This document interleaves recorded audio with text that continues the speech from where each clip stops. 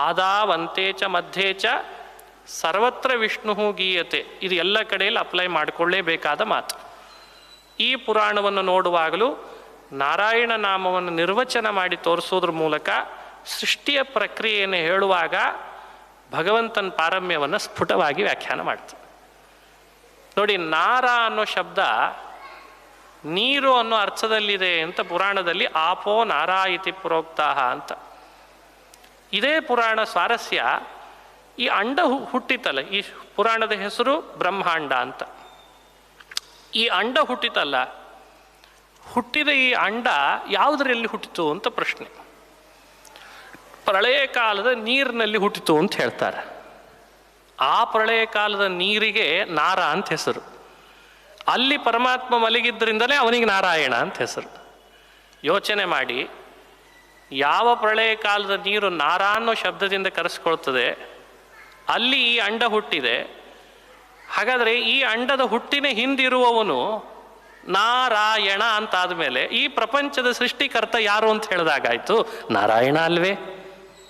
ಹಾಗಾದರೆ ಈ ಬ್ರಹ್ಮಾಂಡ ಪುರಾಣದ ಒಳಗಿರುವ ರಹಸ್ಯವನ್ನು ನಾವು ಹುಡುಕ್ಲಿಕ್ಕೆ ಹೊರಟಂಗೆ ಯಾವ ಅಂಡ ತನ್ನ ಉತ್ಪತ್ತಿಯ ಹಿಂದೆ ಯಾರನ್ನು ಒಳಗೊಂಡಿದೆಯೋ ಅದನ್ನು ಹೇಳಲಿಕ್ಕೆ ಈ ಪುರಾಣ ಹೊರಟಿದೆ. ಅದಕ್ಕಿದು ಬ್ರಹ್ಮಾಂಡ ಪುರಾಣ ಅಂತ ಅರ್ಥ.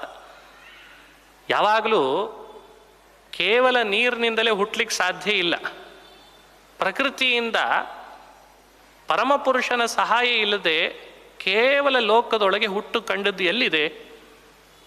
ಭೂಮಿಯಲ್ಲಿ ಬೀಜ ಬಿತ್ತುವನಿಲ್ಲ, ಮಳೆ ಬರಲಿಲ್ಲ. ಮಳೆ ಅಂದರೆ ಮಳೆ ನೀರು, ಮೋಡ ತರಿಸುವವನಿಲ್ಲ, ಸರಿಯಾದ ಸಮಯಕ್ಕೆ ಅದನ್ನು ಬಿತ್ತುವವನಿಲ್ಲ ಅಂತಾದರೆ ಅದು ಅಂಕುರ ಹೊಡಿಲಿಕ್ಕೆ ಹೇಗೆ ಸಾಧ್ಯ? ಬಿತ್ತುವವನೂ ಇಲ್ಲ, ಮಳೆನೂ ಇಲ್ಲ ಅಂದರೆ ಕೇವಲ ಭೂಮಿ ಇದೆ. ಇದನ್ನೇ ಶಾಸ್ತ್ರಕಾರರು ಕೇವಲ ಉಪಾದಾನದಿಂದ ಸೃಷ್ಟಿ ನಡಿಲಿಕ್ಕೆ ಅವಕಾಶ ಇಲ್ಲ ಅಂತ ಹೇಳಿಕೊಟ್ರು. ಓಂ ರಚನಾನುಪಪತ್ತೇ ನಾನುಮಾನಂ ಅಂತ ವ್ಯಾಖ್ಯಾನ ಮಾಡ್ತಾರೆ ಹಿರಿಯರು. ಲೋಕದಲ್ಲಿ ಒಂದು ವಸ್ತು ಹುಟ್ಟುವ ವಿಚಿತ್ರವಾದಂಥ ಆ ಏನು ಕಾರ್ಯ ಇದೆ, ಹುಟ್ಟುವುದೇ ಒಂದು ದೊಡ್ಡ ಕಾರ್ಯ. ಅದರ ಹಿಂದೆ ನೀವು ರಹಸ್ಯ ನೋಡ್ರಿ, ಅಲ್ಲಿ ಯಾರ್ಯಾರ ಅವಶ್ಯಕತೆ ಇದೆ. ಒಂದು ವಸ್ತುವಿನ ಹುಟ್ಟು ಯಾರ್ಯಾರಿಂದ ಅಂತ ಒಂದು ಸುಮ್ಮನೆ ಒಂದು ಕಲ್ಪನೆ ಕೊಟ್ಟಿರ್ತೀನಿ. ಅತ್ಯಂತ ಅನಿವಾರ್ಯವಾದವುಗಳು ಯಾವ್ಯಾವುದು? ಬೆರಳೆಣಿಕೆಯಲ್ಲಿ ಹೇಳೋಣ. ಉಪಾದಾನ ಕಾರಣ ಮೊದಲನೇದ್ದು. ಎರಡನೇದ್ದು ಅದಕ್ಕೆ ಬೇಕಾಗುವಂತಹ ನಿಮಿತ್ತ ಕಾರಣ. ಈ ಎರಡನ್ನು ಯೋಜನೆ ಮಾಡಬೇಕಲ್ಲ, ಅದಕ್ಕೆ ಬೇಕಾದ ಒಬ್ಬ ಕರ್ತೃ. ಈ ಮೂರರ ಅತ್ಯಂತ ಅನಿವಾರ್ಯತೆ ಇದೆ ಒಂದು ವಸ್ತುವಿನ ಹುಟ್ಟಿನ ಹಿಂದೆ. ಹಾಗಾದರೆ ಇದೊಂದು ಅಂಡ, ಇದು ಹುಟ್ಟುತ್ತಾ ಇದೆ ಅಂದರೆ ಇದರ ಹುಟ್ಟಿನ ಹಿಂದೆ ಒಂದು ಉಪಾದಾನ ಕಾರಣ ಬೇಕೋ? ಈ ಉಪಾದಾನದ ಜೊತೆಯಲ್ಲಿ ಅದಕ್ಕೆ ಬೇಕಾಗಿರುವಂತಹ ನಿಮಿತ್ತನೂ ಬೇಕಾ? ಈ ನಿಮಿತ್ತ ಹಾಗೂ ಉಪಾದಾನಗಳನ್ನು ಸಮಾವೇಶಗೊಳಿಸಿ ಆಮೇಲೆ ತಾನೇ ಅಂಡವನ್ನು ಹುಟ್ಟಿಸ್ಬೇಕು. ಹಾಗಾದ್ರೆ ಒಬ್ಬ ಕರ್ತೃ ಬೇಕಾ? ಯೋಚನೆ ಮಾಡಿದರೆ ಸ್ಪಷ್ಟವಾಗಿ ಗೊತ್ತಾಗ್ತದೆ. ಆ ಕರ್ತೃವಿನ ಸ್ಥಾನದಲ್ಲಿರೋನೇ ಯಾರಾಗಿದ್ದಾನೆ? ಭಗವಂತ ಅಂತ ಅರ್ಥ. ಹೀಗೆ ಬ್ರಹ್ಮಾಂಡ ಪುರಾಣ ಅದು ಪರಮಾತ್ಮನ ವ್ಯಕ್ತಿತ್ವವನ್ನು ನಮಗೆ ಅನುಸಂಧಾನ ಮಾಡಿಸ್ತದೆ. ಹೀಗೆ ಅದನ್ನು ಇಲ್ಲಿ 4ನೇ ಅಧ್ಯಾಯದೊಳಗೆ ಸೃಷ್ಟಿಯ ಪ್ರಕ್ರಿಯೆಯನ್ನು ಹೇಳ್ತಾ ನಾರಾಯಣನಿಂದ ಆದ ಸೃಷ್ಟಿ ಇದು ವಿಶೇಷ ಅಂತ ಅನುಸಂಧಾನ ಮಾಡಿಸ್ತಾರೆ. ಇದಕ್ಕೂ ಮಹತ್ವ ಅಂದರೆ ಈ ಪುರಾಣದೊಳಗೆ ಪುರುಷ ಸೂಕ್ತದ ಶ್ಲೋಕವನ್ನೇ ಮೊದಲು ಹಾಕಿ ಪ್ರಾರಂಭ ಮಾಡ್ತಾರೆ. ಸಹಸ್ರಶೀರ್ಷ ಪುರುಷೋ ರುಕ್ಮವರ್ಣೋ ಹ್ಯತೀಂದ್ರಿಯ ಬ್ರಹ್ಮನಾರಾಯಣಾಖ್ಯಸ್ತು ಸುಶ್ವಾಪ ಸಲಿಲೆ ತಥಾ. ಬ್ರಹ್ಮಾಂಡ ಪುರಾಣದ ವಾಕ್ಯ. ನಾನು ಹಿರಣ್ಯಗರ್ಭ ಈ ಶಬ್ದವನ್ನು ಈ ಪುರಾಣ ಅಧ್ಯಯನದಲ್ಲಿ ತೊಡಗಿದವರು ನಾರಾಯಣ ಅಂತ ಅರ್ಥೈಸ್ಕೊಳ್ಳಿ, ಕೆಲವು ಕಡೆ ಪ್ರಜಾಪತಿ ಬಂದಾಗ ಮಾತ್ರ ಚತುರ್ಮುಖ ಅಂತ ಇಟ್ಕೊಳ್ಳಿ ಅಂತ ಹೇಳಿದೆ. ಈ ಶ್ಲೋಕದ ಪ್ರಮಾಣಕ್ಕೆ ಅನುಗುಣ ನಾವು ವ್ಯಾಖ್ಯಾನ ಮಾಡಿಕೊಳ್ಬೇಕು. ನೋಡಿ, ಹೇಳ್ತಾರೆ ರುಕ್ಮವರ್ಣ ಅತೀಂದ್ರಿಯ ಸಹಸ್ರಶೀರ್ಷ ಪುರುಷ ಬ್ರಹ್ಮ ನಾರಾಯಣಾಖ್ಯ ಸಲಿಲೆ ಸುಶ್ವಾಪ. ನೋಡಿ, ಇದರೆಲ್ಲ ಸಂಸ್ಕೃತ ಬಲ್ಲವರಿಗೆ ಸುಲಭವಾಗಿ ತಿಳಿಯುವ ಶಬ್ದಗಳು. ಸಲೀಲೆ ಅಂದರೆ ನೀರಿನಲ್ಲಿ ಅಂತ ಅರ್ಥ. ಆ ನೀರು ಅಂದರೆ ಅವ್ಯಕ್ತ ತತ್ವಕ್ಕೆ ಅಭಿಮಾನಿಯಾದ ಮಹಾಲಕ್ಷ್ಮಿ ಅಂತ ಅರ್ಥ. ಲಕ್ಷ್ಮ್ಯಾತ್ಮಕ ಪ್ರಳಯಾಬ್ಧಿಸ್ತ ವಟಪತ್ರ ಶೇಷಶಾಯಿ ಅಂತಾರೆ. ಪ್ರಳಯೋದಕ ಅಂದರೆ ಅದರ ಅಭಿಮಾನಿ ದೇವತೆ ಮಹಾಲಕ್ಷ್ಮಿ. ಆದ್ದರಿಂದಲೇ ಪರಮಾತ್ಮ ಅದೇ ಪ್ರಳಯೋದಕದೊಳಗೆ, ಅದೇ ಲಕ್ಷ್ಮೀಮಯವಾದ ಆಲದ ಎಲೆಯೊಳಗೆ ಪರಮಾತ್ಮ ಮಲಗುತ್ತಾನಂತೆ. ಹಾಗಾಗಿ ಲಕ್ಷ್ಮ್ಯಾತ್ಮಕ ಪ್ರಳಯಾಬ್ಧಿ, ಪ್ರಳಯದ ನೀರೆಲ್ಲ ಲಕ್ಷ್ಮೀಮಯ. ಇದನ್ನು ಪುರಾಣ ಸ್ಪಷ್ಟಪಡಿಸ್ತು. ಸಹಸ್ರ ಶೀರ್ಷ ಪುರುಷ ರುಕ್ಮವರ್ಣ, ಪರಮಾತ್ಮ ಬಂಗಾರದ ವರ್ಣ ಅಂತಂತು. ಅದಕ್ಕೆ ಹಿರಣ್ಯಗರ್ಭ ಶಬ್ದವನ್ನು ಸ್ವಲ್ಪ ಯೋಚನೆ ಮಾಡಿದರೆ ರುಕ್ಮವರ್ಣ ಅನ್ನೋ ಶಬ್ದದ ಅರ್ಥವನ್ನು ಅಲ್ಲಿ ಇಟ್ಕೊಳ್ಬೇಕು.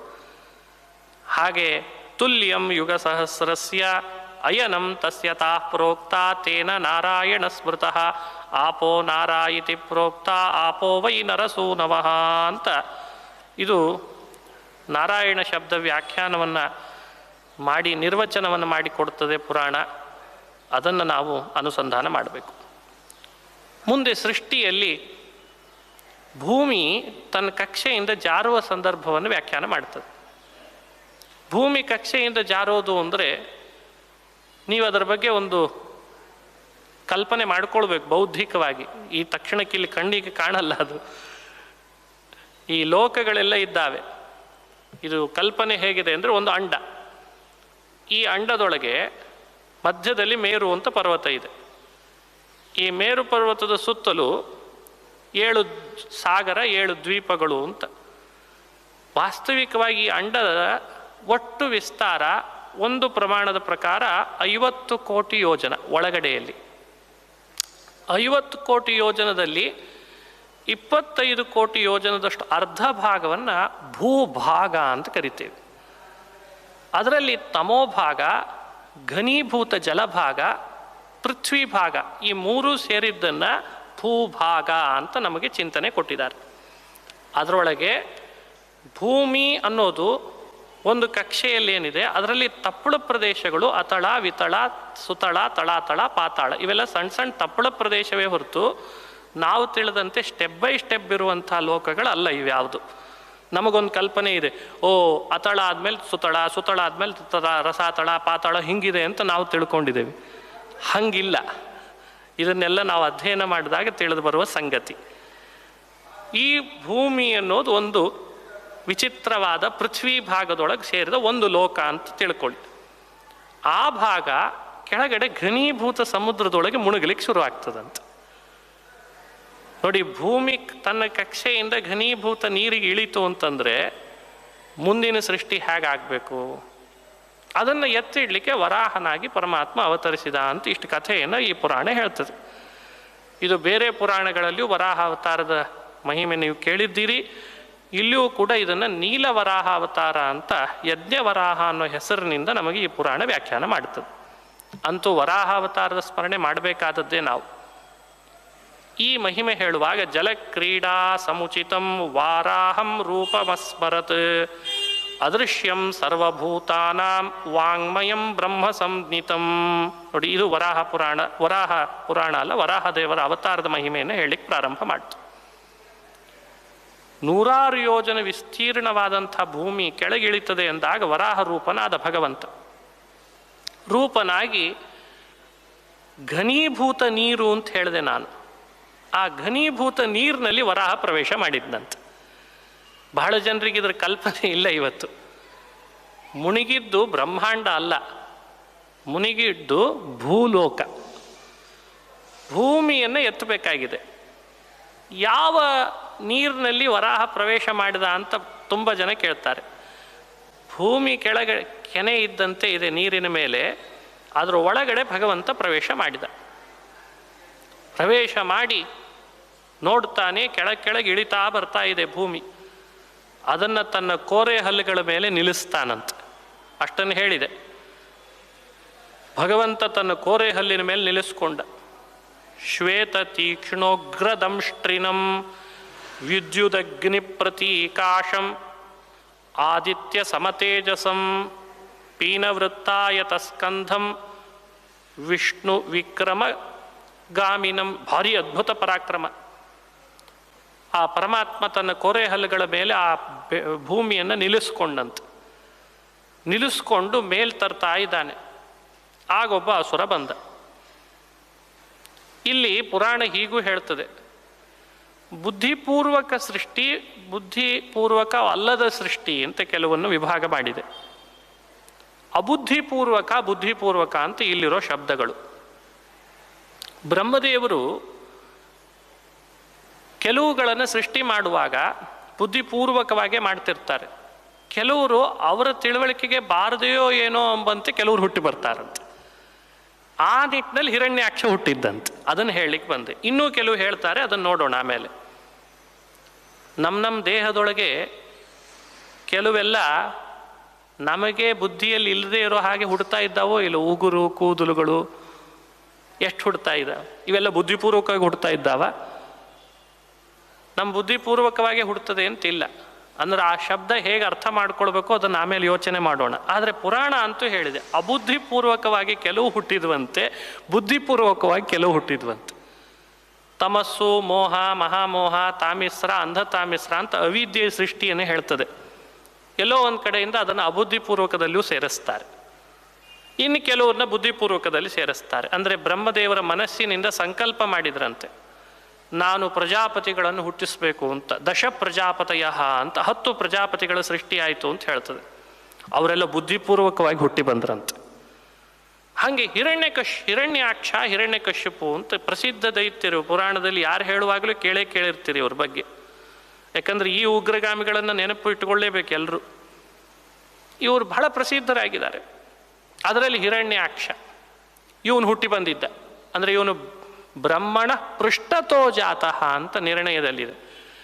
ಬ್ರಹ್ಮದೇವರ ಬೆನ್ನಿನಿಂದ ಹುಟ್ಟಿ ಬಂದಿದ್ದಂತೆ. ಇವನಿಗೆ ಆ ಭೂಮಿ ಕಕ್ಷೆಯಲ್ಲಿ ಇಡೋದು ಇಷ್ಟ ಆಗಲಿಲ್ಲ. ಇದು ನೋಡಿ ಎಂಥ ಸ್ವಭಾವ. ಕೆಲವರಿಗೆ ಸರಿ ಇದೆ ಸಮಾಜದಲ್ಲಿ ವ್ಯವಸ್ಥೆ ಇಲ್ಲ ಅಂದರೆ ಇಷ್ಟ ಆಗಲ್ಲ. ಒಂದು ಅವಾಗ ಗೊಂದಲ ಎಬ್ಬಿಸ್ತಾ ಇರಬೇಕು.